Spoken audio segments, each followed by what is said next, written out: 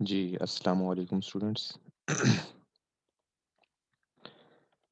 Material management के लिहाज से एक क्वेश्चन डिस्कस करते हैं।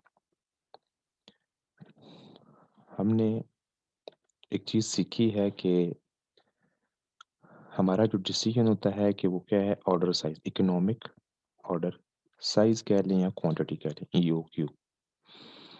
हमने एक ऐसा इकोनॉमिक ऑर्डर साइज़ बताना है जिसके ऊपर हमें कॉस्ट कम से कम हो। Most economic order size, economic word ही ज़ाहिर है कि खर्चा कम से कम हो या दूसरे लफ्ज़ों में बेनिफिट ज़्यादा से ज़्यादा हो। तो पूरी की पूरी डिस्कशन के अंदर मटेरियल मैनेजमेंट की ईओक्यू घूमता रहता है, और ईओक्यू क्या है कि कैसा ऑर्डर साइज़ हो जिसके ऊपर कम से कम खर्चा हो। इन्वेंटरी मैनेजमेंट के लिहाज से 3 मेजर कॉस्ट इन्वॉल्व हैं, एक ऑर्डरिंग कॉस्ट, एक होल्डिंग कॉस्ट और एक आपकी परचेज़ कॉस्ट। और इसके अंदर मेनली आप 2 कॉस्ट की डिस्कशन ज़्यादा करते हो, ordering cost, annual ordering cost और एनुअल होल्डिंग कॉस्ट, जिनका बिहेवियर आपस में डिफरेंट होता है। एक को कम करने की कोशिश करते हैं, दूसरा बढ़ जाता है, दूसरे को कम करने की कोशिश करते हैं, पहली वाली कॉस्ट बढ़ जाती है। तो यहाँ पे हमें उस बाबाए कॉस्ट की एक बेहतरीन बात याद आई कि अगर मैनेजमेंट को किसी ऐसी सिचुएशन का सामना करना पड़े जहाँ पे 2 कॉस्ट डिफरेंट डायरेक्शन में बिहेव कर रही हों, आप एक के ऊपर एक को कम करो, दूसरी बढ़ जाए, दूसरी को कम करो, पहली वाली बढ़ जाए, तो मैनेजमेंट के लिए बेस्ट डिसीजन जो होगा वो क्या होगा? जस्ट टू इक्वेट देम, उन दोनों को क्या कर दो, कोई ऐसा पॉइंट ढूँढो जिनके ऊपर वो दोनों इक्वल हो जाएँ। तो ईओक्यू भी हमें एक ऐसी इकोनॉमिक ऑर्डर क्वांटिटी, एक ऐसा ऑर्डर साइज़ बता देता है जहाँ पे ऑर्डरिंग कॉस्ट और होल्डिंग कॉस्ट इक्वल हो जाती हैं और ईओक्यू का कोई मुकाबला नहीं कर सकता with respect to ordering cost और होल्डिंग कॉस्ट के। अगर सिर्फ 2 कॉस्ट की बात की जाए, तो ईओक्यू का कोई मुकाबला नहीं कर सकता। कोई और ऑर्डर साइज़ ईओक्यू का मुकाबला नहीं कर सकता। अगर हम जस्ट 2 चीज़ों की बात करें, ऑर्डरिंग कॉस्ट और होल्डिंग कॉस्ट की, इस पे सबसे ज़्यादा कम आती है cost. Annual ordering cost plus annual holding cost सबसे ज़्यादा कम आती है एट ईओक्यू। ठीक हो गया? अच्छा। फिर मैंने सिर्फ 2 कॉस्ट की बात की है। कई दफ़ा ये होता है कि हमें ईओक्यू हमारा आता है 500 और सप्लायर कह रहा होता है कि 1000 से ज़्यादा यूनिट्स खरीदोगे तो तुम्हें मैं इतना परसेंट डिस्काउंट दूँगा। तो फिर ये होता है कि हम क्या करते हैं, काफ़ी क्वेश्चंस के अंदर ये आया होगा, जैसे 500 हमारा ईओक्यू है और सप्लायर कह रहा है 1000 या उससे ज़्यादा यूनिट्स का ऑर्डर दोगे मैं तुम्हें 5% डिस्काउंट दूँगा। तो अगेन अगेन ईओक्यू का कोई मुकाबला नहीं कर सकता, सिर्फ़ बात किसकी हो, annual ordering cost plus annual holding cost, कोई मुकाबला नहीं कर सकता। 500 के लेवल के अलावा कोई और जो मर्ज़ी या ऑर्डर साइज़ ले आओ, annual ordering cost plus annual holding cost सबसे ज़्यादा कम किस पे होगी? ईओक्यू पे होगी। सही है? मैं अज़्यूम करता हूँ कि ईओक्यू पे हमारी एनुअल प्लस होल्डिंग और ऑर्डरिंग कॉस्ट आती है, अज़्यूम कर रहा हूँ, क्या ये 5000, ठीक है? कन्फर्म मैं इस 1000 के ऑर्डर साइज़ वाले लेवल पे हमारी annual ordering cost plus annual holding cost जो है वो इस 5000 से कन्फर्म ज़्यादा होगी। अज़्यूम करता हूँ कि कितनी है, ₹8000, ठीक है? लेकिन 1000 पे हमें 1000 यूनिट से उससे ज़्यादा बाइंग करने की वजह से हमें डिस्काउंट जो मिल रहा है, उस डिस्काउंट की वजह से हमारी जो एनुअल परचेज़ कॉस्ट है, एनुअल परचेज़ कॉस्ट है, ठीक है? वो अज़्यूम करो यहाँ पे हमें एनुअल परचेज़ कॉस्ट जो है वो पड़ेगी ₹1,20,000, और यहाँ पे तो डिस्काउंट मिल नहीं रहा, क्योंकि आपको सप्लायर ने क्या कहा था कि 1000 यूनिट्स या उससे ज़्यादा लोगे तो तब ईओक्यू 500 यूनिट्स पे है, तो आपको अज़्यूम कर रहा हूँ को यहाँ पे आपको जो परचेज़ कॉस्ट पड़ेगी वो पड़ेगी 1 लाख, सॉरी, ₹1,30,000, ₹1,30,000। अब यहाँ पे परचेज कॉस्ट ईओक्यू पे क्यों ज़्यादा पड़ रही है, यहाँ पे क्यों कम पड़ रही है, आपको उम्मीद है समझ आ गई होगी, हमने कई क्वेश्चंस भी किए होंगे पास्ट में। 5% डिस्काउंट की वजह से। सही। तो अब देखें, ईओक्यू पे रहने की वजह से बेनिफिट कितना हो रहा है, 3,000 रुपये का। ठीक है। लेकिन नुकसान कितना हो रहा है ईओक्यू पे रहने की वजह से। अगर हम ईओक्यू को पक्का पकड़ लेते हैं, नहीं भाई ईओक्यू को छोड़ना ही नहीं है, ठीक है, annual ordering cost plus annual holding cost कम से कम आएगी, लेकिन हम एक बहुत बड़ा बेनिफिट लूज कर जाएंगे जो कि 10,000 रुपये का डिस्काउंट है। अब 10,000 रुपये की सेविंग्स हो रही थी, डिस्काउंट मिल रहा था। ठीक है। ये सेविंग्स हो रही थी जो फोरगॉन करनी पड़ गई, और इस फायदे के पीछे हमने इस फायदे को क्या कर दिया, फोरगॉन कर दिया। तो इसका मतलब है कि ये लेवल ज़्यादा बेस्ट था। यूक्यू को छोड़ के हमें 1,000 यूनिट्स का ऑर्डर ही करना चाहिए था। तो ये सारी टोटल डिस्कशन थी। आपको याद होगा कि हम क्या करते थे, जब भी ईओक्यू या कोई और लेवल हो, ईओक्यू एक ईओक्यू वाला लेवल हो, एक कोई और अदर लेवल हो, जैसे एक करंट ऑर्डर साइज हो। ठीक है। आप जब भी मुवाजना करते थे, जब भी मुवाजना करते थे, तो आप दो तरह की कॉस्ट की बेस पे ये सारा का सारा मुवाजना करते थे, annual ordering cost, annual ordering cost और एनुअल होल्डिंग कॉस्ट की बेस पे। हमारे लिए परचेज प्राइस तब रेलिवेंट हो जाती थी, हमारे लिए परचेज प्राइस जो है वो तब रेलिवेंट हो जाती थी जब दोनों लेवल्स पे दोनों लेवल्स पे परचेज प्राइस डिफरेंट हो। दूसरे लफ्ज़ों में मैं ये कह सकता हूँ कि जब डिस्काउंट ना हो, एक लेवल पे डिस्काउंट हो और एक लेवल पे डिस्काउंट ना हो, तो तब हमारे लिए परचेज प्राइस भी रेलिवेंट हो जाती थी। ठीक है।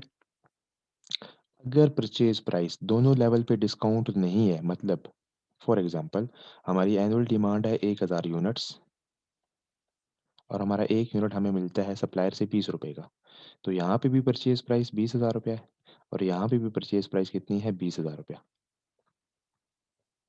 ठीक है। समझ आ गई। अब ये जो परचेज प्राइस है ये हमारे लिए, अगर हम इन दो लेवल्स की बात कर रहे हैं कि ये वाला लेवल बेस्ट है, ईओक्यू बेस्ट है या करंट ऑर्डर साइज बेस्ट है, तो हम परचेज प्राइस को रेलिवेंट कॉस्ट नहीं लेंगे, हम दोनों कॉस्ट को ऐड करेंगे। सिर्फ कौन सी cost, annual ordering annual holding cost को टोटल करके इन दोनों को कंपेयर करके आप अपना डिसीजन दे देंगे। हमारे लिए परचेज प्राइस रेलिवेंट नहीं होगी। क्यों? चाहे ये ऑर्डर साइज हो चाहे ये ऑर्डर साइज हो, एक कॉस्ट जो है वो क्या है, कॉमन है। परचेज प्राइस आपकी, चाहे आप इस लेवल पे खड़े हैं चाहे आप इस लेवल के, चाहे आप ये ऑर्डर साइज अडॉप्ट करते हैं चाहे आप ये ऑर्डर साइज अडॉप्ट करते हैं, आपकी परचेज प्राइस दोनों लेवल पे क्या है, सेम है। तो अगेन डिसीजन मेकिंग में रेलिवेंट कॉस्टिंग की हमें वो लाइन याद आती है, जो जो कॉस्ट हमारे डिसीजन के चेंज होने से चेंज नहीं हो रही। देखो ना, आप ये ऑर्डर साइज करें या ये ऑर्डर साइज अडॉप्ट करें, एक कॉस्ट है परचेज कॉस्ट, वो चेंज नहीं हो रही, तो वो हमारी उस डिसीजन के लिहाज से, अब डिसीजन क्या है, ऑर्डर साइज क्या होना चाहिए, उस डिसीजन के लिहाज से क्या बन जाएगी, इररिलेवेंट कॉस्ट बन जाएगी। ठीक है। लेकिन यही परचेज प्राइस रेलिवेंट हो जाएगी जब हमारे एज्यूम करें कि इस लेवल पे हमें डिस्काउंट मिल रहा था, कितना जी, फॉर एग्जांपल 5% डिस्काउंट मिल रहा था, तो हमें यहाँ पे तो चीज़ विदाउट डिस्काउंट मिलनी है, इस पे ईओक्यू पे एज्यूम कर रहा हूँ, इस पे डिस्काउंट नहीं मिल रहा ईओक्यू पे, क्योंकि ये क्वांटिटी जो है ईओक्यू पे कम आ रही है, करंट ऑर्डर साइज थोड़ा सा ज़्यादा था, तो इस पे वो बल्क डिस्काउंट दे रहा था हमें सप्लायर। तो यहाँ पे आपको जो है डिस्काउंट मिल रहा है। ठीक है। कितना परसेंट डिस्काउंट मिल रहा है, 5% डिस्काउंट मिल रहा है। कितने परसेंट, 5% आपको डिस्काउंट मिल रहा है। तो इसका मतलब ये हुआ कि आपको यहाँ पे चीज़ 19,000 रुपये की मिलेगी। परचेज प्राइस आपको पूरे साल की कितनी पड़ेगी, 19,000 रुपये। कैसे, 20 का 5% कितना आता है, 1 रुपया। ठीक है, 1 रुपया आपको डिस्काउंट मिलेगा। दूसरे लफ्ज़ों में 19 रुपये की चीज़ मिलेगी। तो 19 रुपये की चीज़ मिलेगी, और सालाना कितने आपने क्वांटिटी मंगानी है, 1,000। तो आपको 19,000 रुपये की purchase price, total purchase price पड़ेगी थ्रू आउट द ईयर, और यहाँ पे 20,000। अब ये रेलिवेंट कॉस्ट बन गई। अब परचेज प्राइस को लिया जाएगा डिसीजन मेकिंग में। डिसीजन मेकिंग मीन दूसरे लफ्ज़ों में ये जो डिसीजन ले रहे हैं कि ये ऑर्डर बेस्ट है या ये ऑर्डर साइज़ बेस्ट है, तो इसमें आप परचेज़ प्राइस को हम अकाउंट फॉर करेंगे। ठीक है? तो इसी डिस्कशन से बात आगे बढ़ाते हैं और हम एक पास्ट पेपर का बड़ा अज़ीमुशान तो ख़ैर नहीं कहना चाहिए, मैं ज़्यादा एक्ज़ैजरेशन कर जाता हूँ। हम एक क्वेश्चन करते हैं जिसके अंदर यही कॉन्सेप्ट चेक किया गया। मैंने क्या कहा था? एक चीज़ हमने सीखी हुई है कि हमारे फ़ॉर्मूला के अंदर यूज़ होता है 2 into annual demand into cost per order divide by holding cost per unit या पर केजी पर एनम। ये हमारे पास ईओक्यू का फ़ॉर्मूला है। अब इस कॉस्ट पर ऑर्डर के अंदर और ये जो होल्डिंग कॉस्ट है पर यूनिट या पर केजी पर एनम, आपको पता है इसकी मुख्तलिफ ऑर्डरिंग कॉस्ट में बहुत सारी आप एग्ज़ाम्पल्स दे सकते हैं। बहुत ज़्यादा एग्ज़ाम्पल्स आ सकती हैं। ठीक है? ऑर्डरिंग कॉस्ट इस तरह होल्डिंग कॉस्ट के examples mean components, ordering cost के बहुत सारे कंपोनेंट्स हो सकते हैं। जैसे टेलीफ़ोन का बिल, ये भी, ट्रांसपोर्टेशन चार्जेस, ये भी, इंस्पेक्शन होती है हर ऑर्डर पे, ये भी ऑर्डरिंग कॉस्ट का हिस्सा है। इसी तरह होल्डिंग कॉस्ट के बहुत सारे कंपोनेंट्स हैं। जैसे एज़्यूम करते हैं कौन-कौन से कंपोनेंट हो सकते हैं आपके? ऑब्सोलीट हो गई इन्वेंट्री, ये भी आपकी होल्डिंग कॉस्ट है। थेफ्ट हो गया, होल्डिंग कॉस्ट है। वो जो इंटरेस्ट की कॉस्ट आपको पड़ती है, ठीक है? वो आपकी होल्डिंग कॉस्ट है। उस तरह बहुत सारी एग्ज़ाम्पल्स दी जा सकती हैं होल्डिंग कॉस्ट की और बहुत सारी एग्ज़ाम्पल्स दी जा सकती हैं ऑर्डरिंग कॉस्ट की, ठीक है? बात ये है कि बहुत सारे कंपोनेंट्स हैं होल्डिंग कॉस्ट के और ऑर्डरिंग कॉस्ट के, सही है? समझ आ गई? तो अब आपने जैसे मैंने एग्ज़ाम्पल दी ऑर्डरिंग कॉस्ट में ट्रांसपोर्टेशन कॉस्ट आ जाती है, इंस्पेक्शन कॉस्ट पर ऑर्डर आ जाती है, डॉक्यूमेंटेशन चार्जेज़ हैं, टेलीफ़ोन के बिल्स वग़ैरह हैं और हज़ारों चीज़ें शायद को ऑर्डरिंग कॉस्ट का हिस्सा बने। होल्डिंग कॉस्ट में जो इन्वेंट्री की डिटोरिएशन हो जाती है, गोडाउन का रेंट आ जाता है, इंटरेस्ट ऑन इन्वेस्टमेंट आ जाती है। आपने ऑर्डरिंग कॉस्ट और होल्डिंग कॉस्ट का वो कंपोनेंट ईओक्यू के फ़ॉर्मूले का हिस्सा बनाना है, जो ऑर्डर साइज़ के चेंज होने से चेंज हो जाए। अब ये बड़ी इम्पोर्टेंट तरीन बात है। ये 100% ऊपर वाले इसी डिस्कशन से रिलेटेड बात है, इस वाले। तो ऑर्डरिंग कॉस्ट का एक ऐसा को कम जैसे होल्डिंग कॉस्ट अज्यूम करो एक होल्डिंग कॉस्ट है। होल्डिंग कॉस्ट में एक चीज़ है स्टोरेज कॉस्ट और स्टोरेज कॉस्ट आप पे करते हैं एनुअली पर एनम कितनी जी 20,000 रुपया पर एनम गोडाउन का रेंट देती है कंपनी 20,000 रुपया पर एनम।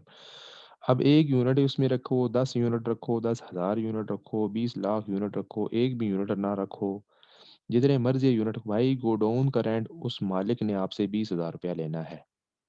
अब गोडाउन का रेंट बिल्कुल इनकार नहीं है कि होल्डिंग कॉस्ट है ही नहीं, बिल्कुल होल्डिंग कॉस्ट है। क्या उसे ईओक्यू के फार्मूला में holding cost per unit per annum का हिस्सा बनाया जाएगा? जवाब है नहीं। क्यों नहीं? ऑर्डर साइज़ जितना मर्ज़ी या चेंज हो जाए, ऊपर चला जाए, नीचे जाए, हमारा डिसीज़न क्या है? ऑर्डर साइज़ क्या होना चाहिए? अब ऑर्डर साइज़ ऊपर चला जाए, नीचे चला जाए, जितने मर्ज़ी यूनिट मँगा लें, होल्डिंग कॉस्ट में एक ऐसा कंपोनेंट है जो ऑर्डर साइज़ के चेंज होने से चेंज नहीं हो रहा। तो order size is our decision. Decision के चेंज होने से कोई कॉस्ट चेंज ना हो तो वो हमारे लिए क्या बन जाती है? Irrelevant cost. ऊपर जस्ट लाइक परचेज़ प्राइस की एग्ज़ाम्पल दी आपको, ठीक है? And vice versa same ordering cost के ऊपर भी यही उसूल अप्लाई होगा। तो एक क्वेश्चन करते हैं, थोड़ा-सा पुराना क्वेश्चन है 2004 का क्वेश्चन है।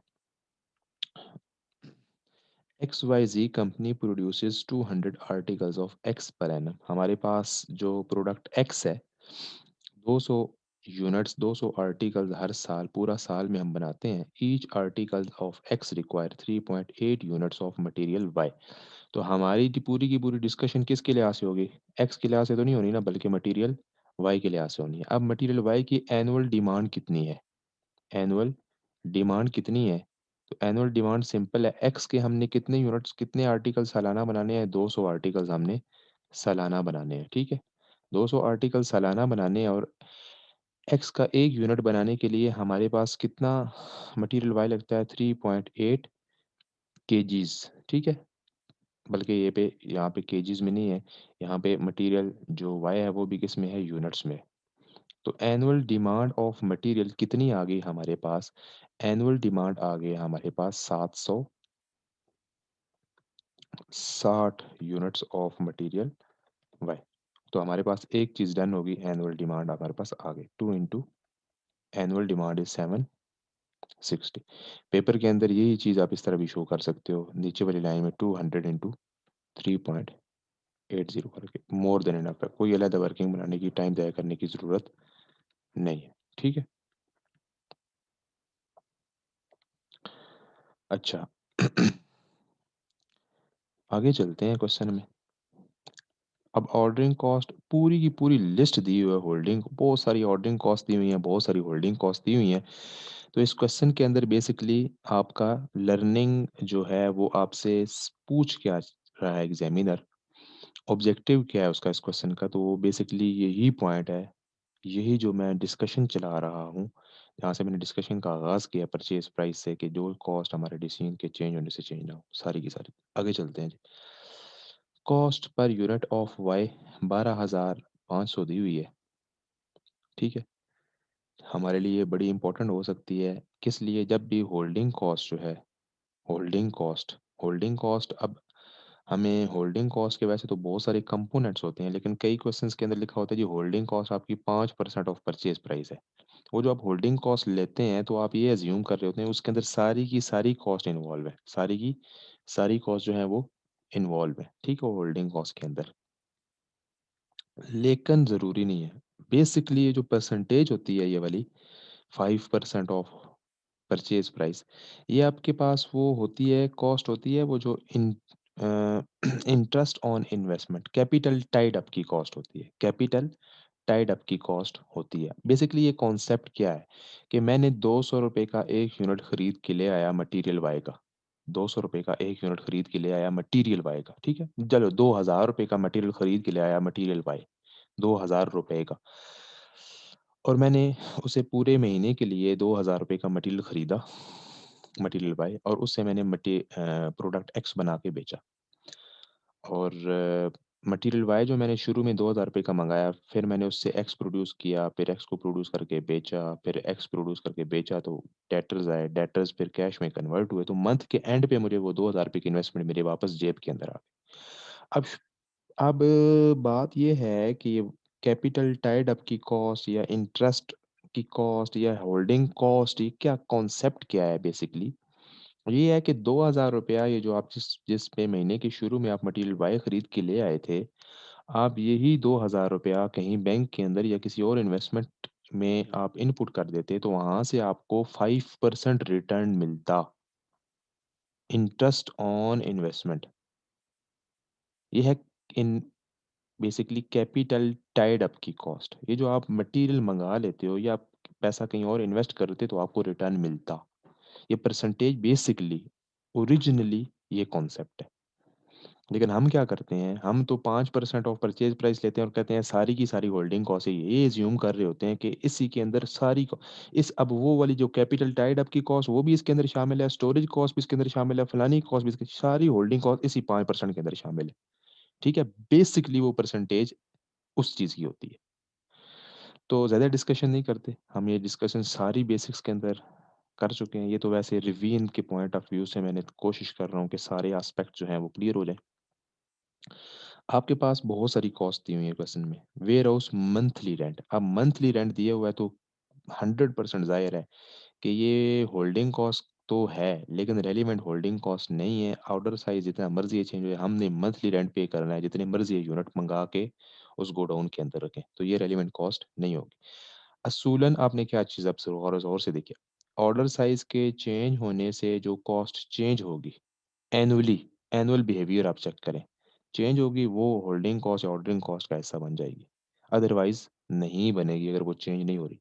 जैसे रेंट जो है, ऑर्डर साइज जो मर्जी रख लें, रेंट जो है मंथली रेंट वेयर हाउस का, वो चेंज नहीं होगा क्योंकि हम मंथली पे कर रहे हैं। अगर ये होता ना पर यूनिट पर मंथ होता, रेलिवेंट बन जाता। ठीक है, पर यूनिट पर मंथ होता, रेलिवेंट बन जाता। पर यूनिट पर एनम होता, रेलिवेंट बन जाता, क्योंकि ये तो पर मंथ है तो रेलिवेंट नहीं है। Warehouse fumigation during the year 23,000 irrelevant, क्योंकि जितने मर्जी ये रख लें शायद। फ्यूमिगेशन पर ईयर कॉस्ट आपको दी हुई है। Watchman salary per month irrelevant. पर ऑर्डर इंस्पेक्शन चार्जेस, पर ऑर्डर, पर ऑर्डर, इसका मतलब है नंबर ऑफ ऑर्डर अगर साल के अंदर 10 होंगे तो हमारी जो पर ऑर्डर इंस्पेक्शन कॉस्ट है वो कितनी होगी? 4500 इंटू 10। यही बात है ना, एक ऑर्डर की इंस्पेक्शन के चार्जेस 4500 हैं। तो नम यू क्यू अब देखो ना, ऑर्डर साइज चेंज होगा तो नंबर ऑफ ऑर्डर्स चेंज होंगे। जब नंबर ऑफ ऑर्डर्स चेंज होंगे तो ये पर ऑर्डर इंस्पेक्शन चार्जेस जो एनुअली चेंज हो जाएंगे। बात है नहीं है? तो आपने इसको ऑर्डरिंग कॉस्ट का हिस्सा बनाना है। तो ऑर्डरिंग कॉस्ट का एक कंपोनेंट आ गया रेलिवेंट। वो कौन सा है? वो हमारे पास है 4500 रुपया। ठीक है, पर ऑर्डर। मैं गलत तो नहीं लिख रहा? नहीं नहीं, सॉरी, 4500 ही नीचे वाला है, 10,252 रुपया। तो ऑर्डरिंग ऑर्डरिंग कॉस्ट का एक कंपोनेंट हमारे पास आ गया। आगे जी, service department, factory overhead charge to store department और ऑर्डरिंग डिपार्टमेंट। ये एलोकेशन जो होती है ना ओवरहेड्स की, ये हमारे लिए हमेशा से इररेलेवेंट ठहराई गई है। ऑर्डर साइज जितना मर्जी हो जाए, ये तो बेसिकली एलोकेशन की हुई है ओवरहेड्स की। Service department, factory overhead, charge to store department, ordering department. तो ये किसी और डिपार्टमेंट का एक्सपेंस है। और ठीक है, तो ये तो वैसे ही इररेलेवेंट होता है। स्टॉक होल्डिंग पर एनम, लेकिन स्टॉक होल्डिंग होल्डिंग कॉस्ट दी हुई है। लिखा तो यहाँ पे पर एनम लिखा, लेकिन सामने लिखा 125 पर यूनिट। इसका मतलब है 125 पर यूनिट पर एनम। अब पर यूनिट का लफ्ज आ गया, तो होल्डिंग कॉस्ट का भी हमारे पास एक कंपोनेंट आ गया है। वो आ गया 125 holding cost per unit per annum जो है, उसका एक कंपोनेंट हमारे पास आ गया, दैट इज 125। आगे चलते हैं। Salaries of ordering department. Salaries हैं, मोस्टली मंथली पे की जाती हैं, इररिलेवेंट। कोई ऐसी चीज़ भी नहीं गिवन जिससे हमें ये अंदाज़ा हो कि ये क्योंकि साइज़ के ऑर्डर साइज़ के चेंज होने से शायद चेंज हो जाए। Broker commission on supply of Y 0.5%। देखो, हमने एनुअल डिमांड, एनुअली 760 यूनिट ही बेचने हैं। एनुअली 760 यूनिट्स ही बेचने हैं, ये हमारा पक्का ही मन पक्के 760 यूनिट बिकेंगे। ये क्योंकि एजम्पशन है। Annual demand and all other variables are known with certainty. एक असम्पशन है ना ये क्योंकि एनुअल डिमांड बड़े पक्का पता है। और दूसरी असम्पशन क्या थी हमारे पास? No inflation. तीसरी असम्पशन क्या थी? No bulk discount. ये तीन असम्पशंस थी, तो उसमें एक असम्पशन है कि एनुअल डिमांड पक्का पता है। अब जब एनुअल डिमांड पक्का पता है, 760 यूनिट बिकेंगे। 760 यूनिट बिकेंगे, जितनी भी सेलिंग प्राइस है, जितने रुपए के भी बिकेंगे, जितने रुपए के broker commission on supply of Y, supply of Y, sorry मैं उसकी बात कर गया हूँ, एक्स प्रोडक्ट एक्स के लिहाज से बात कर, सॉरी। 760 यूनिट्स ऑफ वाई जो है हम परचेज करेंगे, और सप्लायर जो है पूरे साल में 760 यूनिट्स ही हमें देगा ना भाई। और वाई के हर यूनिट के ऊपर वो 0.5% ऑफ परचेज प्राइस कमीशन कमाएगा।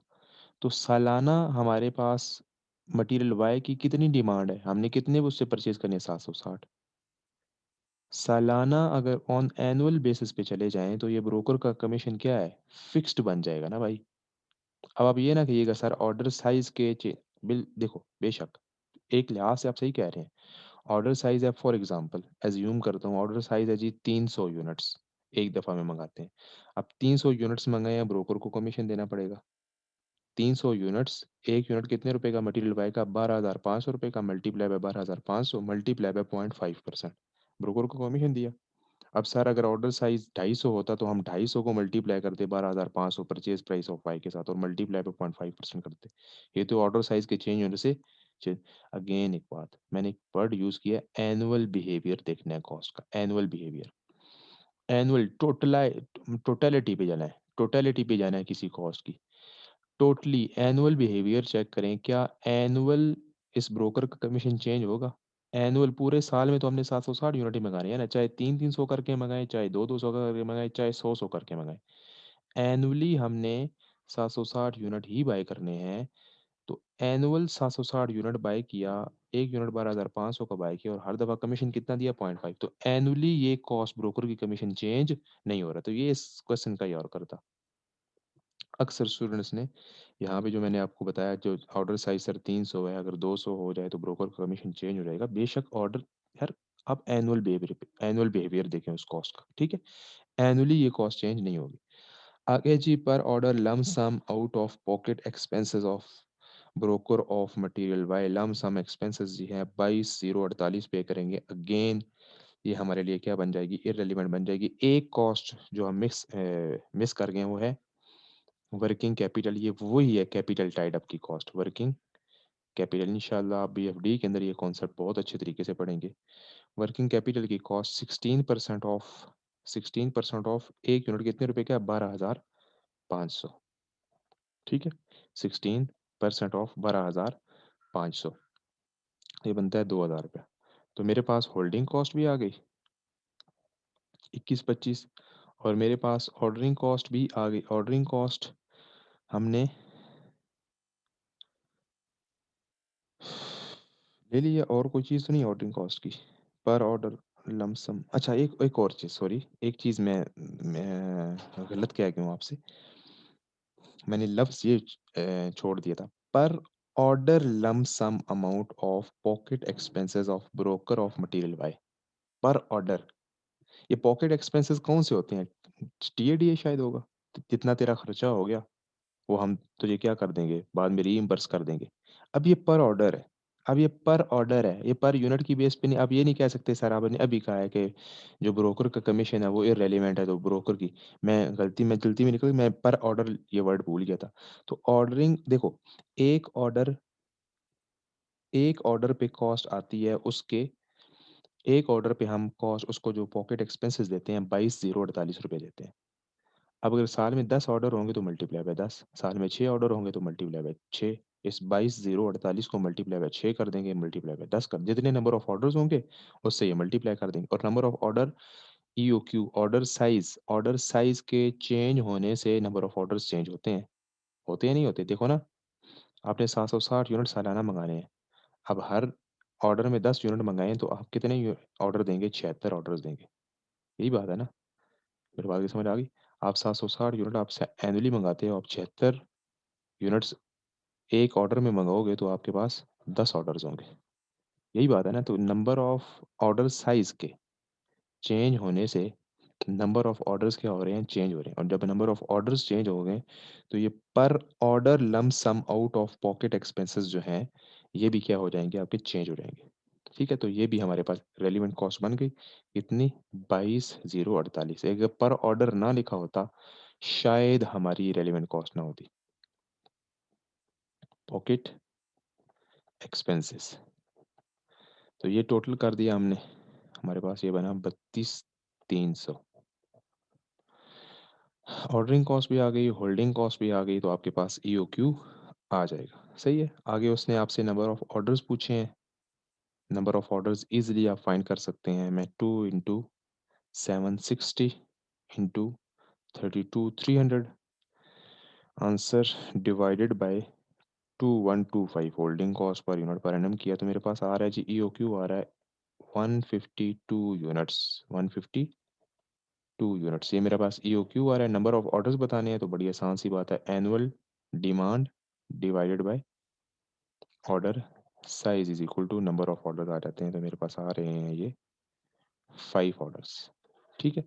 सी जो रिक्वायरमेंट है, सी रिक्वायरमेंट थोड़ी सी मत इतनी मुश्किल नहीं है, बड़ी इंटरेस्टिंग है। वो सिर्फ ये बता रहा है कि मुझे क्या कर, वेरीफाई और answer in calculating total ordering plus holding as per, कि यार ईओक्यू हमारे लिए बेस्ट है। ईओक्यू हमारे लिए बेस्ट है। ये किस तरह करके बताओ, आपके पास ईओक्यू है 152। आप एक काम करें, आप एक दफ़ा 100 यूनिट्स रख लें, एक दफ़ा 200 यूनिट्स रख लें। सही है। 152 से एक दफ़ा ऊपर चले जाएं, एक दफ़ा नीचे चले जाएं। सही है। नीचे वैसे 100 यूनिट होता है। तो 152 ईओक्यू है। ऑर्डर साइज ईओक्यू कितना है, 152 है। जब आप 100 यूनिट्स मंगाएंगे एक ऑर्डर में तो आपके नंबर ऑफ ऑर्डर्स क्या हो जाएंगे, हाँ जी, नंबर ऑफ ऑर्डर्स क्या हो जाएंगे, ज़्यादा हो जाएंगे। ईओक्यू आपका 152 है, 5 ऑर्डर्स हो रहे हैं। जब आप एक ऑर्डर में 200 यूनिट्स मंगाएंगे तो आपके नंबर ऑफ ऑर्डर्स यहाँ पे क्या हो जाएंगे, कम हो जाएंगे। यही बात है।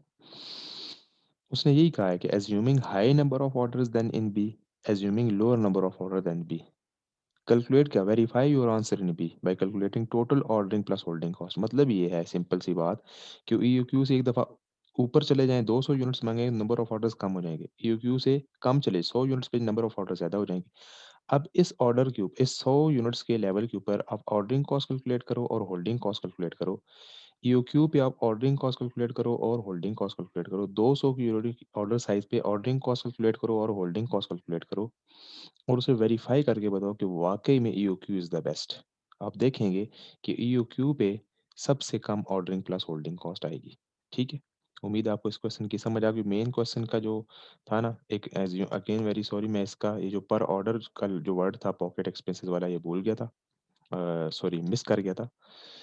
तो उम्मीद है आपको समझ आ गई होगी। इस पूरी की पूरी क्वेश्चन के अंदर एक ही पॉइंट एग्जामिनर ने चेक किया है, वो है कि जो कॉस्ट हमारे ऑर्डर साइज़ के चेंज होने से चेंज नहीं हो रही। दूसरे लफ्ज़ों में अगर मैं ज़्यादा स्पेसिफिकली बात करूँ तो मैं कहूँगा ऑर्डरिंग कॉस्ट और होल्डिंग कॉस्ट का वो कंपोनेंट आपने ईओक्यू के फार्मूला के अंदर यूज़ करना है जो ऑर्डर साइज़ के चेंज होने से एनुअली वो चेंज हो रहा है, एनुअली। एनुअल उसकी कॉस्ट क्या हो रहा है, चेंज हो रहा है। मिलते हैं जी नेक्स्ट वीडियो में।